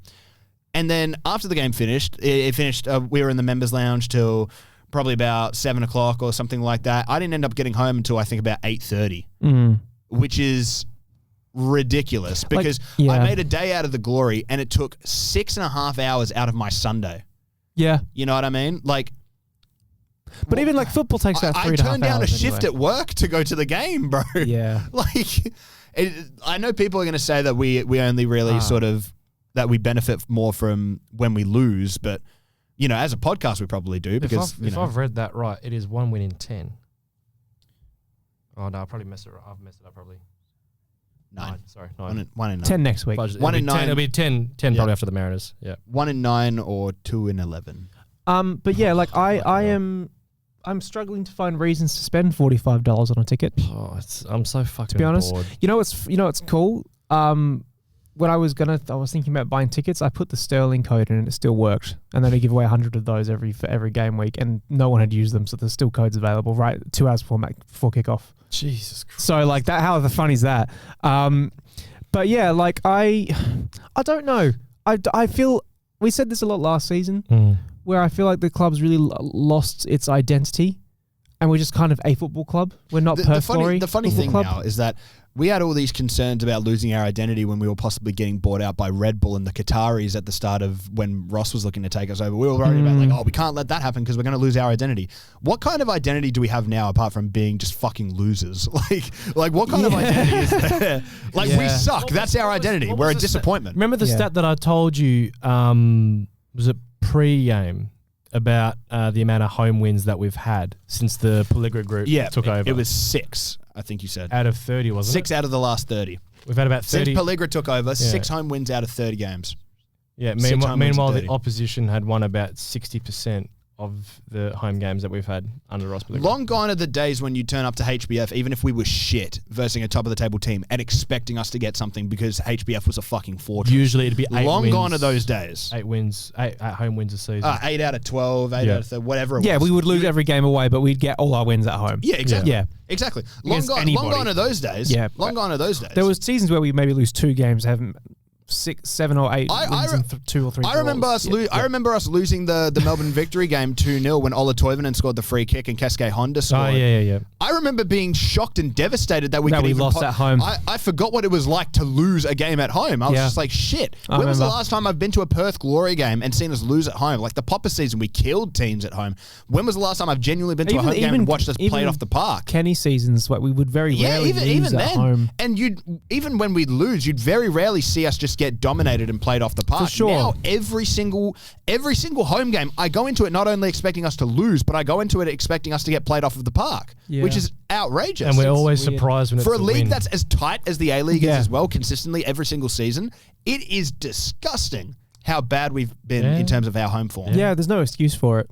Like genuinely, they're actually like you can argue in other leagues in the world about too much travel, too much. I understand we do travel a lot, but in terms of just the level of football here and all the things that we have going in comparison to other leagues, there isn't really an excuse to be bad. We had a very interesting discussion with Stan afterwards, where one of the first things he was doing was he was very disappointed that we didn't have the likes of Tom Lawrence and Reece Bozanowski in the team. Him and Rado did go around apologising to people for the results as well, but it's like... Look, I don't care. I do appreciate It's that you're great, apologising for a draw, but at the same time, it's like you guys have been apologising for bad Every results for single game. what, 2 years now? Yeah, Pretty much every home I game. don't like to knock Stan and Rado because they're both incredibly lovely guys, great to talk to, always extremely courteous with their time. But it's like at the same time, at the end of the day, I am a football fan that grew up expecting success from this club. Yeah. And I don't mean to say that like an asshole that like, if you're not winning, then that means we're terrible. You're and not you saying it deserve to from a get point of sacked. entitlement. It's like, yeah, exactly. Yeah. It's like, come on, man. I understand if we're maybe winning, maybe half of our games at home, maybe like 15 of our games at home. Sure, I can understand that. It's disappointing that we can't win more and turn our home to a fortress, but I can understand it. 6 out of 30? Yeah. 20% of our home games result in wins. Yep. When we've had some historical stinker teams coming to HBF in recent years. Yeah. And we haven't been able to capitalize on that. You look at the Phoenix, the first game of the season. Yeah. My God. Oh, that was a shocker. My God. Some of the teams that have come here this season, we just haven't been able to capitalize on. And then obviously crazy. last season, that was scary. It's crazy. That it's fucking disgusting. that Melbourne City 5-0, we'll never forget that because it was just... my God. I'm scarred. I'm scarred permanently. So I think to your point, Alex, like we're Perth Glory fans, not Stan Lazaridis and Rado fans. Yeah. You know? Of course. Like I appreciate the apologies, but like I've never cared too much about who's doing what in the club. I just want to see wins and trying on the field. I don't want to. I don't care about because the point that I was leading on to, he mentioned there were, and I can't reveal the players' names for obvious reasons, but there were some players that he was wanting to bring to the club for this season, at the beginning of this season, and they all said no, even though he offered them better deals, More money. pretty much. That's got to be bad if you still turn down more But this money. is a point that I made to Stan as well, and I said, how much of this is selling? Like, we've gotten to the point in the A-League now where players are more interested in actually buying into a project, because money's all quite as similar. opposed to buying into a contract. Yeah. Yes. Like you can't just buy into a contract nowadays. You have to We've buy never into been a contract club. club. Yeah, we've always been a club that sells culture. We That's sell always been culture our and a thing. project. It's been cash, or when we had Popper, it was you are coming to play for Popper to win. Yeah. That was the mindset, and that's why we had players that would have traditionally asked for more cash not Yep. do that because they knew that they were going to be playing for Popper. Yeah. And the environment was top. Why would a top player or top players or even top staff want to come to the football club next season? Yeah. I have an answer for you.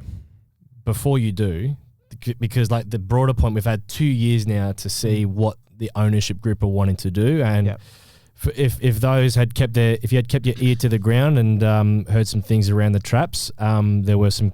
I can't reveal obviously what happened this past week, but it was a pretty concerning report that came out in regards to club stability. I'll put it that way. Something that shouldn't be happening at a football club, but it did happen for whatever reason. But yeah, so my point is that what are you buying into? Being a feeder club. A club that will take anyone that has any inch of talent and will play them because that's the best we can get. Yeah. And then we'll lose them either because of a release clause or they'll sign a 1 year deal. Or we'll be stuck with them. Or either way, they'll come for guaranteed money. Because I mentioned, and Alex can back this up, I did sort of mention this to Stan as politely as I could, but I was sort of alluding to the fact that we've got to get ruthless with the squad. Because okay as a level is for Perth Glory, that can't be good enough for a team that we don't win, and that's the irony of our name being Perth Glory. And it's like, don't get me started. It's like we don't even win games to begin with, and it's like we can't be content with the situation in which we're in. And I'm sorry, Stan, but you have signed these players to contracts. Yeah, this is your creation. Yeah, don't tell me about it. Like, fix it. Yeah. Or find someone else who can. The disappointing thing is that we have a lot of players here that, I think we'd all like to sort of say they haven't exactly lived up to the expectations, probably do need to look to move people on because we've got a very bloated squad. Yeah. Most of the players here that we'd probably be looking to move on are on multi-year deals. So it's like, you can't. What are we supposed to do at this point? And you even look at this season as an example. There were players that looked pretty promising in pre-season that looked below par this season. Yeah. To name two off the bat, this is going to be unpopular. Maybe not. Sam Sutton, been pretty disappointed with his performances given what he was in the preseason. He looked outstanding, and genuinely he looked outstanding, and all the feedback about him was outstanding. And Jaden Kaczarski, someone that I thought was going to take that next step because he didn't get a lot of game time at Sydney FC. And I thought, well, how is he not getting game time at Sydney FC? He's a good player. He's got a lot of potential. He had a lot of opportunities this season to start. And it's not fair to put it on him, but I think a lot of players have come to this football club, not just those two, but lots over the last few years that just haven't performed. Yeah. And it's unfair. And for some players, not those two that I mentioned, but for some players that we've had historically, it's borderline offensive watching some of their performances, given that they perform well for their previous club or they would go on to perform well. Yeah. Meanwhile, this is the product that we have to watch. I can't blame fans at next season that say, hey, I know it's the 30th anniversary, but I don't care. I will say this as well, right? I don't disagree with your point. Look, on the case of Sam Sutton, I think the switch from Zrilla's system to Griffo's system we haven't platformed him well at all. His strength has always been in his attacking capabilities, and we're playing him as a fucking centre back most games, which is disgraceful. Kaczarski we have not utilised his talents at all in the system. We've thrown him. There's no sort of stability. We haven't even tried to give him any stability, so I can't blame Deco for that. And disappointing not because I don't think they've tried. It's just disappointing in that from what I thought we were going to see, and even just broadly from the team this season, it was like, why should any fan almost subject themselves to that emotional torture next season? It's like, what angle does the club possibly have to try and say, give us one more chance? Yep. Give us one more chance, we'll get it. And look, the thing is as well, is that it is very clear that there is planning going ahead to next season, and it is going to be a big year for the club. And I am very, very worried, and I know it might be a bit sort of jumping the gun for this. It's the 30-year anniversary. This is supposed to be the big year for the club. 30 years. There's all the talks of trying to get big sponsors back, OG sort of kits, and all this kind of stuff, bringing the atmosphere back to the Glory. Cool, great. Who cares? Our squad is shit. Yeah. We are shit right now. We've got a manager who doesn't know how to play who doesn't know how to get the most out of his players. That's shit. We've got a backroom staff. Let's rephrase it. He hasn't proven that he can get more out of the players. Exactly. Sorry. Yeah. That's not good enough. Yeah. We've got backroom staff that have been learning on the job for 2 years now and have, in a lot of cases, not gotten a lot better. Yeah. That's not good enough. No. We've got players that are underperforming. That's not good enough.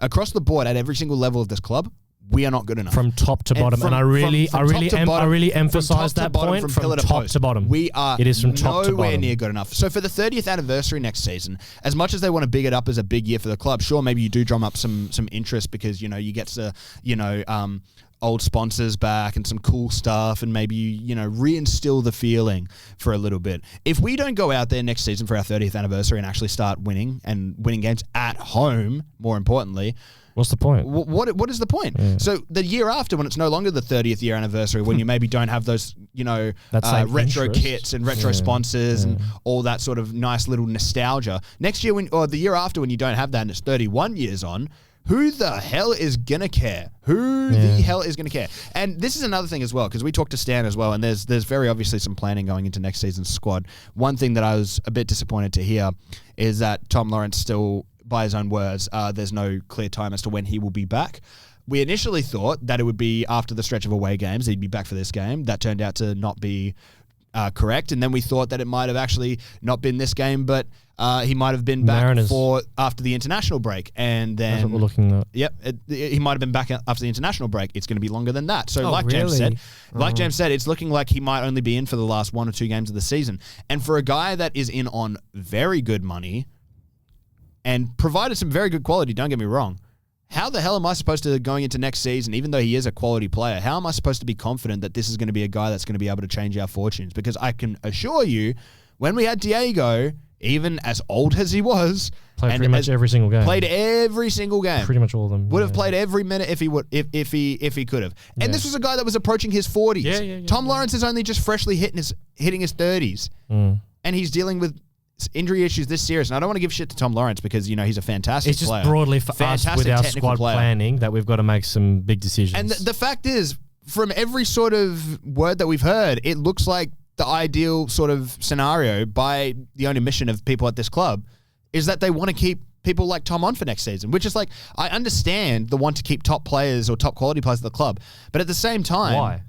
Yeah. I know that's a stupid question to say why, but you know what I mean? Not wrong. You're not wrong. Look, look, in an ideal world, Tom Lawrence plays every single game, every single minute, and That's we can the get the hope, most out of him.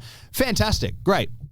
We're not going to be able to do that. As clearly as we've seen from this season, when the load actually wasn't even that bad, I'd say. He wasn't playing full 90s every single game. He was playing like 45 and then maybe a 60 and then off the bench like here and there. It was providing great quality, don't get me wrong. He's now been out for what? Over a month? And So his last game was MacArthur 2-2.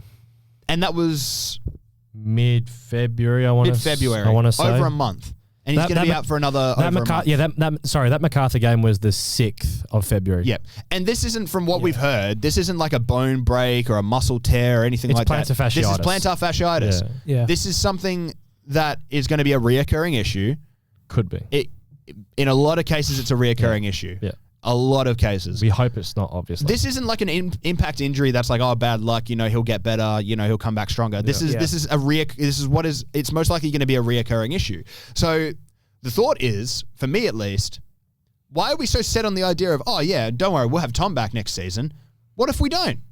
What if Tom has more issues with plantar fasciitis next season? He misses the first half of the season. What if? Look, in an ideal world, sure, we can say, oh, Tom will be back fit. But what if he's not? But what if Tom says, well, you guys sold me a dream. You only sold me a 1-year deal. I'm either going to another club in Australia or I'm going to head back to the UK. Yeah. That's something we've got to consider. We'll just do our player ratings. Mm-hmm. We also got Josh's ratings as well. Woo! So If Josh has any howlers, you need to let us know. Sure. So, Matt Sutton. You guys gave him a 6.6. We gave him a 7.1, and he was the man of the match with 35% of the vote. I gave him an 8. So Josh gave him a 6.5. I gave him a 7. Will gave him a 7, and you gave him an 8. That's fair. Shabel Shamoon. I'm sorry, that was a very poor performance and very disappointing. It's becoming a bit of a theme. Becoming a routine. Yeah. It's a shame. So it needs to fix up. You guys gave him a 4.4. We gave him a 3.9. Brian Kaltak, I thought he was solid in this game. Yep. There was that tackle that he made on, was it Caputo or who was it? When the ball got played over the top and he made that last-ditch tackle. Yeah, no, really, really not. I think it was Caputo, yeah. A bit of a hot take. Do you think he's a smoky for the MGP? Definitely up there. I mean, I can't think of too many players that are running away with it. I'd say right now, I'd actually say it's probably between him and Matt Sutton. Valid. Probably be Reece Bosanovsky. It would have been. It was on track. It was on track to be Reece. I think it will be Brian. Scott Wooden, you guys gave him a 5.6 and we gave him a 5.5. Sam Sutton, you guys gave him a 4.6. We gave him a 5.6. Oof. Will Freeney, you guys gave him a 5.7. We gave him a 5.5. Gio Diabriu, you guys gave him a 5.8. We gave him a 6.4. Nicholas Pennington, you guys gave him a 5.2. We gave him a 4.9. Now, did he not look better when he got played as a centre midfielder for the last 10 minutes of the game? He looked really good. Fuck me, Griff. Why can't you just play him in his natural position? It's not that hard. Or just change the shape. It's not like we don't have wingers in the squad as man. well. Or change to a back five or something. Yeah, just maybe a midfield. Did you guys notice with the goal we conceded what Pennington was doing during the build-up? No. He lost his shoe. Oh, for fuck's sake. And he didn't put it on and try and track back to help out. He just watched from fuck it. He actually watched walking from the halfway line, not trying to put his shoe back on. He was just walking and watching the build up and then the goal.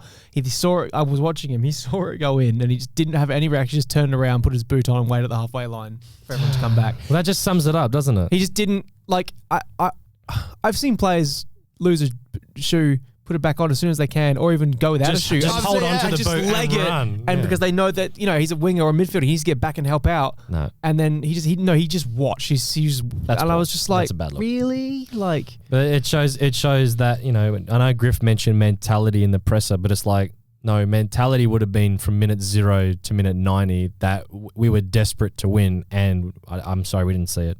No. Griffo's a bullshit artist, bro. I'm so sorry. He said he was tired after the game. I'm tired. I am tired. All tired.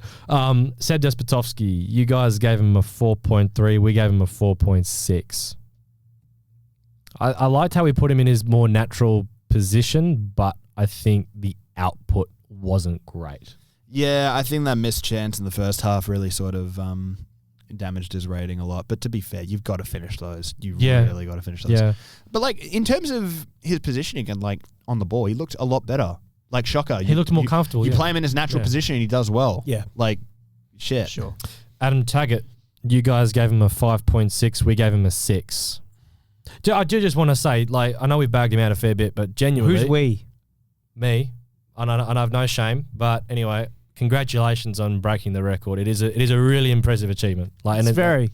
This is not me being sarcastic at all. I'm like, genuinely, that is a fantastic It is an incredible achievement. For a Perth boy as well, it is a shame that the achievement has come in such a bad season. But it's an achievement. It is an incredible achievement. But also, for me as a fan, it's like I grew up watching that guy. Yeah. I saw him when he joined and as a youngster. I still remember there was when he came back the second time, Kenny, that 16-17 season. He was at he came to our school, I think because of DT38 or something. And I remember because we had an assembly and all the soccer players were in the assembly. He came walking down and I was like, oh, tags. And I stuck my hand out and he fucking high-fived it nicely. And then a few days later, he had that game against Central Coast and then scored those 2 goals. See, perfect example how he could hit the target 10 years ago. If you tried to high-five him now, I'd probably miss your fucking hand, mate. No. Okay.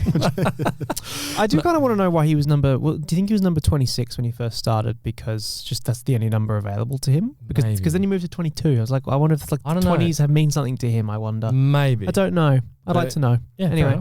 But yeah, genuinely congratulations. I'm a Riyad Mahrez fan. Fair enough. Steph Kolakowski, Mr. 6'7". You guys gave him a 5.1. We gave him a 5.8. I thought he looked all right. He did, yeah. I thought he looked good when he was getting into those positions where he was linking up. But I just think the way that we play, like that stadge ball kind of tactics, even though it was pretty suicidal defensively. If we would have had him on the pitch at the same time as Tavia, I think we would have caused a lot more issues. Yeah, probably. Personally. And even like if you had Wales and Lawrence fit, that probably would have caused more cases as well. Yep. But we will never see them again. Nope. Goodbye. Jaden Kaczarski, you guys gave him a 5.3. We gave him a 5.9. He got an assist, so you know. Yeah. Luka Tavia, you guys gave him a 5.5. We gave him a 6. Yeah. I would have loved that moment if that shot that he had at the edge of the box. I'm sure he would have loved that chance back. But when we play the ball sharply and like we have those give and goes, we look like a good team, and it's like that's what I want to see more of. Anthony Didalitza, you guys gave him a 5.1. We gave him a 5.5. Yep. Zach Lizalewski, he didn't have much time. You guys gave him a 4.6. We gave him a 4.5. And then Adam Griffiths, you guys gave him it's probably Josh doing this fucking across the board shit. But like, it's like he had 2 minutes on the pitch. To be fair, in the time that Lizzo came on, we scored. I will say he came on in the 88th and we scored in the 91st. Yeah, true. And then Adam James gave him a 4. I did give him a 4. But that's because you fucking suck. Like, this guy. Yeah. I was Well. going to say, Adam Griffiths, you guys gave him a 4.6 and we gave him a 4. So Josh gave him a 3, I gave him a 4, Will, you gave him a 3, and Alex, you gave him a 6. Yeah, if I could take that one back, I probably would, to be honest. Why'd you give him a 6? No. Can I just say, I think I was thinking more in the context of like Griffo's standards, and that's why I gave him a 6. If I could take it back now, I think I'd give him like a 3.5 or a 4. yeah. It's like the disappointing. It's difficult because I don't know how. Sometimes I get confused as to like, should I judge these players on their standards or should I judge their players on the players on like A-League standards? It's like the best coaches, irrespective of their talent, they've got a game plan that number one stacks up, and number two they can change. That was the best game games. he's coached since Auckland, but it still wasn't good. Like, What was his rating combined? So the fans gave him 4.6 and we gave him a 4. Okay, with your new rating, he'd be a 3.2. yeah. Well, I think just that's so you probably know. fair. Genuinely, I regret giving him a 6. I don't want to give him that much credit because it was a shit tactical setup. It was on the ball. We just looked still like so. There's no passing options. Well, we made note of this several times. You've got Pennington. The gaps are so incredibly big. There's nothing on the right, and it's like where were we challenging Melbourne City? Where were we saying to them good luck? Like if teams are scouting us, like what are they looking at Perth Glory and going, fuck, that could hurt us this way, or they're going to make life difficult for us that way. It's like there's nothing when you watch us play. It's like, or maybe Diabre will smash into you and he'll break the opponent's leg or whatever, or maybe Tags will get a chance and he'll score, or maybe Sutton will pull off a few saves. But there's nothing about us as a team where it's like, you've got to watch out for this, or they're going to do this to us. We've got to prepare this way. It's like hoofball. It's just boring, it's basic. It's like, where's the evolution? You've got to watch out for those kids in the bay screaming at you. That's about it. I just remember I was watching the Beach getting the ball in the second half, and I just look on the screen behind him. There's just this onslaught of young men and children just going, "You bastard!" Yeah, and he's just getting the ball. Like he's not doing anything. He's just going for the ball. Before we touch on they must really like me. Yeah. Before we discuss the Mariners preview, were there any key talking points or discussion points that we wanted to talk about? No. I'm not gonna lie, bruv. It's just the same as the last few weeks. It's just we've talked our asses off about all the same things. There's nothing. I don't want to give them the time of day to try and dissect things that can't be dissected. Like imagine like getting someone's ashes and trying to dissect it. You can't. It's impossible. It's kind of like this. Like it's just there's nothing to see. You're just gonna dissect like that part here, say like the midfield, and you're just going to get, well, we didn't really think about that. Schrodinger's double pivot. Is it there? Is it not there? Yeah, I don't know, man. Like I pride myself in terms of watching football and being able to look at what a manager's doing tactically and understand what they're doing, because it's a lot of rinse and repeat. Yeah. Right? Like whether it's rotations, whether it's the fullbacks overlapping, whether it's more of a triangle style in the middle and you pass, find the runners in behind. I'm very big into that. I love to see what tactical ideas different managers display against different kinds of defenses. When I watch the Glory, I genuinely just don't think there's anything other than just, lads, let's hope we can get a win. Let's just go out there and just give it a go. Because my question would be, as more of a sensible one, no offense, but like it's all right, James. No. What I'm saying is like, where is the evidence, or what do we possibly think Griff's brand of football is suddenly going to scale to next season? Yeah, exactly. Where are we suddenly going to score more goals from? Where are we suddenly going to concede less goals from? How are we suddenly going to look like a better team that can stack it up with the best sides? I know the in answer. The finals. We won't. Oh, okay. So, but that's the thing. It's like, if we are going to give him the job next season. Shouldn't. No, but it's like it seems as though he might. He shouldn't. Well, I think James. I think the answer to your question is that we've been shown nothing. We have. That's the frustrating and disappointing thing. So it's like, I mean, we've obviously with the wins we've had, we've seen, you know, what if we play against a high line or even just a balanced line of just like, you know, a regular setup of a defense, we can do something with our best players. But then with a low block, it's not even sustainable. No, it's not sustainable. It's the thing. It's not. Peter Klimovsky, if you can hear us, please save my football club. Peter Klimovsky, please. Hey, Pete, please save me, Peter. Pete would be a great get. You would be okay with Ante Milicic. I'd be all right with Milicic. Heidelberg. I'd be Heidelberg. You want Anastasiadis. To be fair, I was on another podcast last night saying this. I was saying I really find it surprising that we don't look to the NPL to find sort of more staff for the like youth national teams and stuff like that. Because you look at someone like Anastasiadis and you say, okay, well maybe I can understand why he's not getting an A-League gig because, you know, it's a big gamble. Not really a high profile name in terms of a footballer. Yes, he's done well at NPL level, but does it translate to the A-League? Those would be the kinds of guys that you should be looking to and saying, yeah, get him involved in the under 23s, the 20s, whatever you know. But yeah, look, I would like Milicic. I think he did good at MacArthur. I think it would translate did nicely. Well with the Chinese women's team. Did very well with the Chinese women's team. But I never rate that sort of comparison because of men's course. football and women's football. I know it's completely different. Well, It's Stadge just, was successful in both. But the thing with Milicic is that I have seen a decent sample size at MacArthur, and he was good. Like, he wasn't the best manager in the league, but he was serviceable with what I'd say was a not fantastic squad.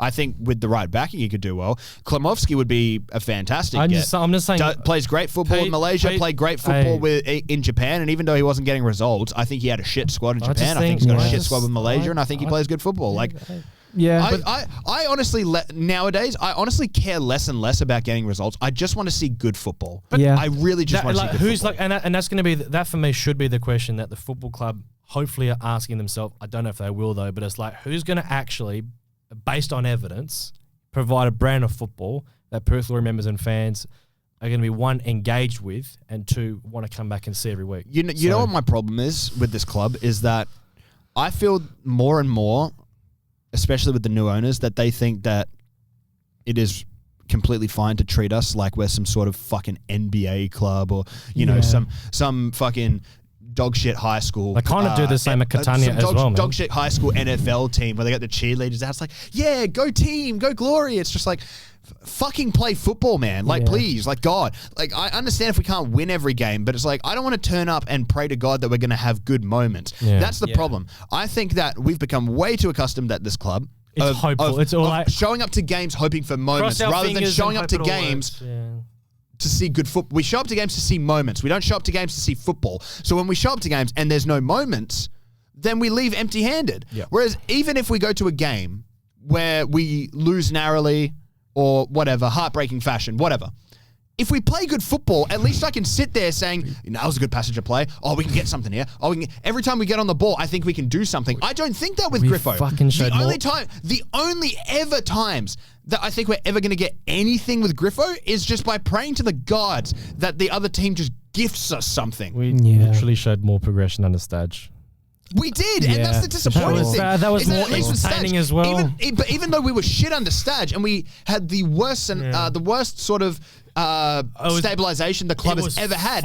It was it was fucked, but it was fun. Like, it was. At least I could show. We enjoyed going to the games. At least we could go there, and maybe we concede 4, but we'd score 3. Like I could enjoy it at least. Be like, oh hell yeah, man! Like keep it going. I'm just kind of looking at Graham Arnold and being like, love me. Please.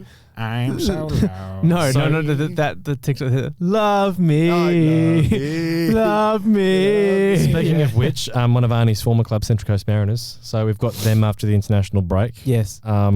Is there anything that we want to say other than score predictions? Well, I think lineups, if we want to get into those. I think we should touch on this quickly before anything, because I forgot to say it earlier.